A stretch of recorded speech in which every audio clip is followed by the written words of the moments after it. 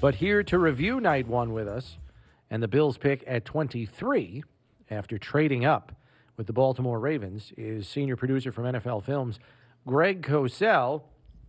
And Greg, I know you were on with Manny and I last night on our draft stream after the pick was made. And we did not know it at the time, but now we do.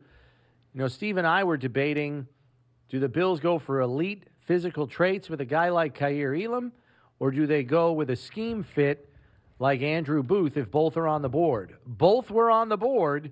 They went elite physical traits. So why do you think Booth slipped all the way out of the first round? I know you might not know what everybody's thinking there, but it's because he didn't time maybe? There was no time on him, I saw. No, there isn't, because he got hurt. Yeah. You know, it's funny you asked me that, Chris, because I actually had done Booth earlier and then redid him and went back and watched some other stuff. So I really got a pretty detailed view of Booth, and I only finished that actually yesterday. And it's funny that you would ask me that, because Booth, I thought, had some issues that I'm not saying will prevent him from being a good player, but I think that Elam overall has far more traits than Booth. Booth had some concerns that showed up in multiple games. He was a little slow with his transitions. He almost seemed to have a segmented feel to his movement at times. There were other times he looked very good, but I thought that when he had to stop in off coverage and plan and react forward, he was a little sticky and segmented. It also showed up at times when he had to open his hips and turn and run with vertical routes. So I don't know if these were the reasons that he dropped out of the first round. I can only tell you from watching 6 full games of tape on Andrew Booth that I started to notice these things. And even though he's super competitive and does have man-zone scheme versatility, I think there are some things that need to be worked through.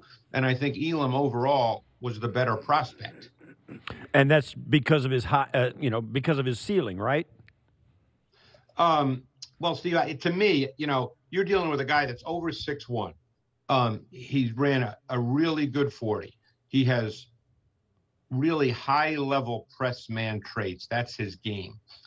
He's long. He's athletic. He did play some slot as well toward the end of this season, so theoretically he could play in the slot. But he's got the profile that you really look for in an NFL corner: size, length, athleticism, speed, competitiveness, ability to play press. Everybody just automatically assumes, of course you guys don't, you're there, that, the Bills, they just play zone. Well, that's been kind of less and less true over the last couple of years. Of course they play zone, but there was a sense, I think, with Leslie and Sean, going back 3-4 years, that, this is a zone team. They play a lot of man coverage, and more teams play man coverage for any number of different reasons. But Elam has great traits to play press man. The one thing that I don't think we covered yesterday was he is a physical hitter. He likes to bring the wood on the hits. Now, he does miss at times, and Brandon Beane did even say that his tackling technique, that's an area where they're going to have to work with him on that. But I would say the biggest difference that I've seen with this franchise since McDermott and Beane came along is player development. Players get here and then they get better. I could run down the list of examples. Matt Milano is probably one of the primary ones. But to me, that's something that I could see them easily fixing in his game. For some reason, the Florida kids, they go for ankle tackles a lot out on the edges. And now, and by virtue of that, their head is down. And so that's why I think they miss as much as they do. I think once they correct that, he's got the physicality to really bring the wood, doesn't he? Without question. And he's willing to do so. I mean, he challenges receivers. He is willing to tackle. I don't think there's any question about that. Those are technique issues which coaches always feel that they can correct. And you made a great point. I mean, you can even look at Teron Johnson and look where he is based on where he was drafted. So, yes, players do get better, and I think players in the secondary get better. I mean, look at what Levi Wallace, who's obviously not there anymore, but look what he accomplished. Was he even drafted, or was he a free agent? Undrafted. Yeah, he was undrafted. Yeah, that's what I thought. And here he was starting on the outside on a team that was close to a Super Bowl for, a couple of years. So, I mean, you're right. And I think that's very true at the corner spot. And this guy does have high-level traits. I remember a couple of days ago, someone asked me about corners that I thought were clear first-round trait corners, and Elam was right there. I think Kaiir Elam is a first-round traits corner, and you have to be able to play man coverage in the NFL, and he can do that. I even think that the zone portion, which we briefly touched upon last night, Chris, I think that's coachable as well. Yeah. Because that's understanding receiver splits, that's understanding route combinations that come from the different splits, whether you're to the field or to the boundary. That stuff's teachable. Right. I'm not sure that the high-level competitiveness is, and Steve, you could speak to this better than I, but from playing a long time, that high-level competitiveness, that's a tough thing to teach if a guy doesn't have it. Right. I mean, knowing where your help is on a coverage, knowing where your strengths are, where they're going to attack you, where the weakness of your defense is, that's all knowledge and repetition and film study. Yes. Attitude's a little bit more esoteric. I mean, I don't know how you can get a guy, even if you give him a good pep talk at the beginning of the game, that's pretty good till the opening kickoff's done. And then you got a guy's got to play. So attitude is something you can't really. It's got to come from the kid. Right. And I agree all with you that about other the zone stuff. part. Yeah, the zone coverage. That's very athletically, it's much easier to play than man coverage. It's about knowledge and understanding, and that is all learnable, no question about it. So I think that's why, if you're going to get a guy, get somebody who is absolutely gifted to do the hard stuff and teach him the easy stuff. Yeah, and I think your point's a great one, because I think it's much easier to teach what you said than to teach a guy how to be a really good man corner. Right. I think, and he's a really good man corner right now. And sure, well, when you come into the league, do you have some issues because you're playing better players? Of course. We know that always happens. But he wants to play press man. He knows how to play press man. He's competitive with it. You can teach him zone principles. So I think this is, to me, given the way the draft played out, Chris, I thought this was a really, really good pick. Yeah. And the one thing that I'm curious about, and I'm just curious for your thoughts on this, maybe not right out of the chute, but with what he brings to the field physically and athletically, as we have seen over the years, Leslie Frazier has tried just about everyone in covering Travis Kelce. Tre'Davious White, Matt Milano, Jordan Poyer, Micah Hyde. I mean, run down the list. They've tried everyone with very, very limited success. What do you think of him in time as a matchup option for Travis Kelce with his size and length? That's a great point, because it seems that you're going to have to go through Kansas City to get to where you want to go. And they play him again this year. Yeah, I know. I guess we don't know what week. The schedule hasn't come out yet. Yeah. But I'm even talking in the playoffs, assuming, that all works out.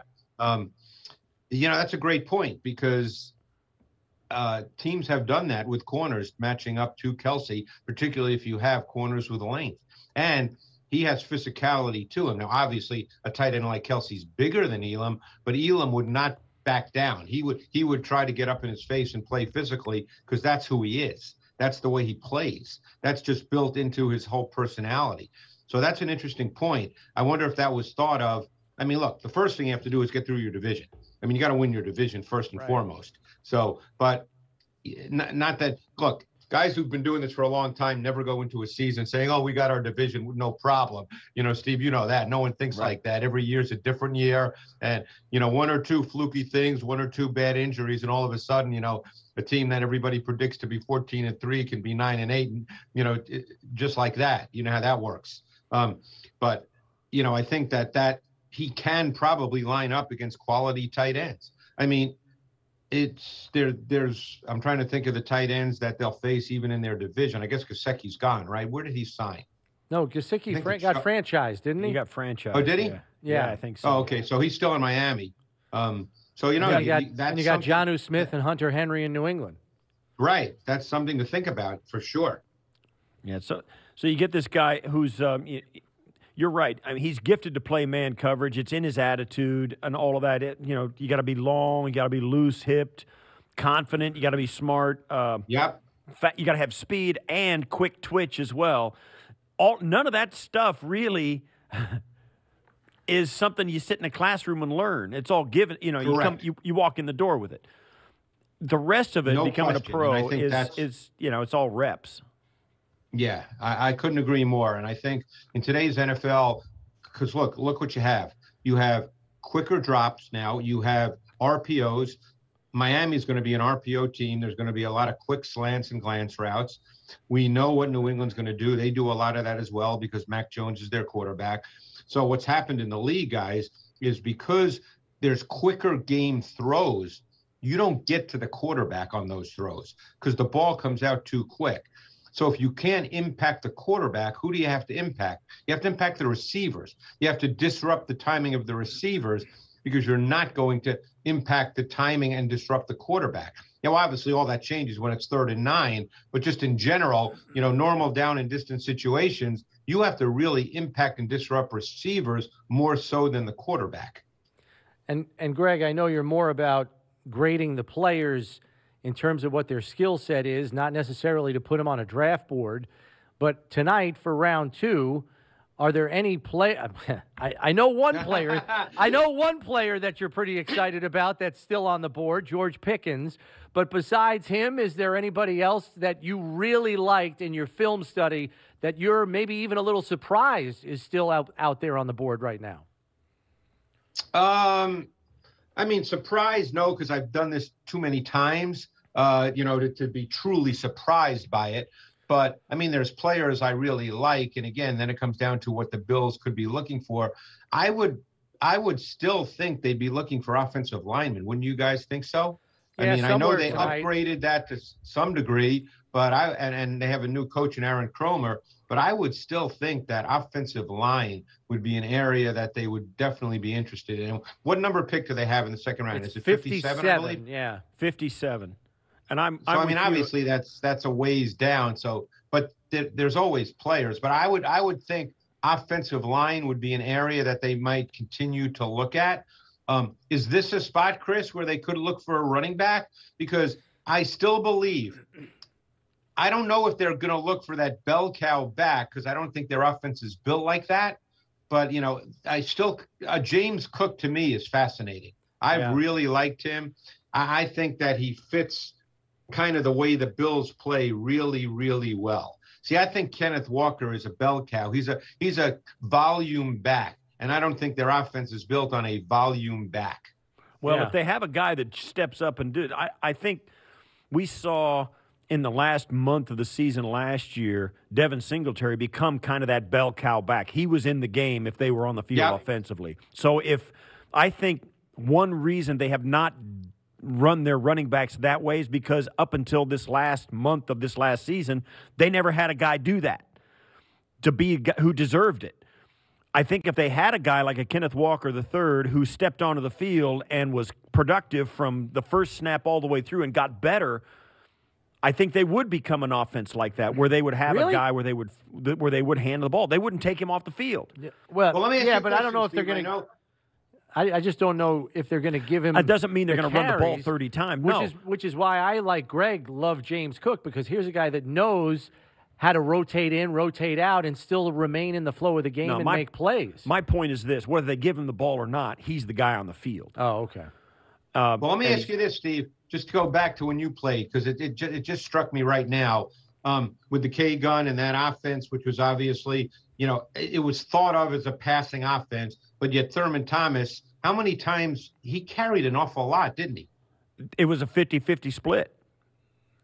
Yeah, so, I mean, I don't think, to me, this offense now with Josh would not be looking for that. I don't think they'd be looking for that. I think they want more than they had through clearly most of last season, more like what they had down the stretch. But I don't think they're looking for a 50-50 split. No, they're not looking for a 50-50 split. But what my point would just be this, more about snap counts, because they're running guys on and off the field constantly, whether they're handing them the ball or not, with pass protection and all that. And I think they would maybe not do that as much. Your bell cow guy would just be the guy that gets the most snaps. Devin Singletary far and away got more snaps than Zach Moss or the other guy or Breida last year at the end of the season. Not that they're going to become a running offense by any stretch or even include or up their percentage, but at least they've got one guy in there, and they become, because of a skill set, less predictable, because when Moss is in there, they're going to use him to pass protect. When Devin Singletary's in there, they're going to hand it to him, or they're going to throw him out in the route, that kind of thing. Right. Yeah, the reason I like Cook for this offense is the one thing Cook gives them, which really Singletary doesn't, and Moss certainly doesn't, is Cook can split out and run intermediate and vertical routes. Right. And that element, I think, would really help this offense. And, you know, I guess it depends on a receiver as well. They could take a receiver at 57, no problem at all. But Cook has vertical ability as a pass receiver. He happens to be a very good runner as well. He actually looks like his brother. He's just a little smaller, but he's got very good running ability, and he's a terrific pass receiver who has split out and made big plays running intermediate and vertical routes. That would give them a dimension that they don't presently have. I forgot about him, and this is the guy that every time it's his hair and the way he runs, the way he looks, his uniform, he looks like Alvin Kamara to me. And obviously I agree. Everybody would love that. You know what? I couldn't agree more. I think deployment-wise, you know, I don't want people to think we're saying he's absolutely Alvin Kamara right now, but deployment-wise, I think you can use him in a similar fashion. Yeah, and I think that makes a lot of sense to me. Yeah, I was pointing a lot of our listeners to the Tennessee game.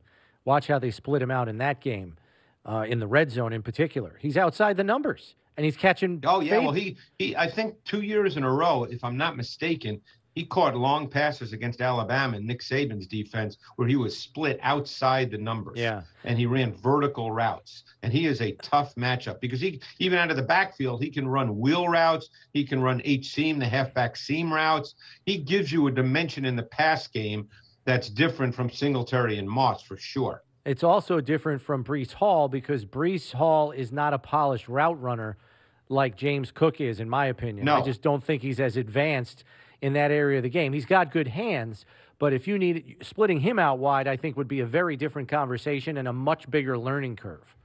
And the other factor with Cook too, Singletary, I wouldn't call him purely explosive even as a runner. Cook is explosive. If Cook gets to the third level, he could take it to the house. One other guy that I wanted to run by you, and I don't know if you saw him or not, so I hate to put you on the spot. If you didn't see him, you didn't see him. I'm just thinking if they don't get a running back tonight, somebody later in the draft, the Arizona State kid, Rachaad White, the running back. I don't know if you saw. Yeah, what'd you think of him? Because I think he's a natural pass catcher as well. I mean, I really like him too. Yeah, I think he fits the NFL game. I mean, I would see him as someone who would fit today's NFL, and it would not surprise me if he becomes an excellent NFL player because he's got good running traits, not special, but good. And plus, he's 215, and he's a really, really good receiver. As you mentioned, he can line up both in the backfield. He can detach from the formation. He really has wide receiver traits as a receiver. So he's another guy, and I studied him closely, and I think he fits that as well, Chris. That's another player that could easily. And again, I never know where guys are going to go, but I think he fits just what you're talking about. Well, let me say this then: is there we talk about positionless players defensively, guys that are hybrid linebackers, safeties. Safety linebackers or edge rushers, defensive ends, that kind of stuff. On offense, that's kind of the hybrid that guys are looking for now. A guy that can split out wide and beat you as a wide receiver, but then like a Deebo Samuel, line up in the backfield and take the handoff. It becomes a real matchup problem for a defense to set their defense, not knowing exactly what role that guy is in that play. Are there any other running backs other than the two guys we've just been talking about who are like that as a running back or wide receiver? As running backs, I'm trying to look. I mean, Ty Chandler is somewhat like that coming out of North Carolina. He ran some vertical routes coming out of the backfield. He'd be a later round pick, I would think. I don't think he'd be a day 2 player. I don't think they would view Brian Robinson this way, but he was a pretty good receiver at Alabama. I think Jerome Ford has that ability as well. I think Jerome Ford would be another guy that you could put in that category. Not quite at the same level as Cook and White, but I think he could fall into that category. If he's sitting there in the 4th round, let's say, and you think, okay, we wanted to get a back in this draft, I think he can fit into that role. To play off what you said, Steve, and I know we're probably running short on time, but to play off what you said, when you have an elite quarterback, you really want to be able, with your offense, from a formation perspective, a personnel perspective. You want to stress and challenge the defense both horizontally and vertically as much as you possibly can. And, that's why I think teams like this, Buffalo, Kansas City, they're not looking for bell cows. They're looking for guys who can do this kind of thing that we're talking about. Sure, you have to run the ball sometime, and you want to run it well when you do, no question. But I don't think they're looking for that kind of back where they say, okay, this guy needs to get it 18 to 22 times every week or our offense isn't going to work. Yeah. Right, exactly. It's almost as if the guy may carry the ball as much as he catches it in this offense. James Cook, to me, and again, we're just talking about him because I like him, I could see him being the kind of guy that gets 11 carries a week and also gets, 8 or 9 targets a week. Yeah. He's that kind of player. Yeah. Right. I agree with you. And he's really intriguing because I think, too, he's, for whatever, maybe not for us because we've been talking about him, but as a consensus, he's a step and a half behind the pure running backs like Breece Hall and Kenneth Walker III. But in some ways, for the pros, he's a much better fit. Then, because then it becomes team and scheme specific, Steve. It depends what you're looking for. Right. The Bills are not looking, in my view, hey, now watch, they'll draft Kenneth Walker and we'll all, I'll look like an idiot. But, hey, to me, the Bills are not looking for a bell cow back, that needs 20 carries in order to be effective. Yeah. Right. I agree. All right, Greg, listen, enjoy night 2 of the draft. I know on the draft stream tonight, Manny and I will catch up with you after the Bills' second-round pick, and then Steve and I will review the whole kit and caboodle with you next week. Thanks very much. Looking forward to it. Thanks, guys.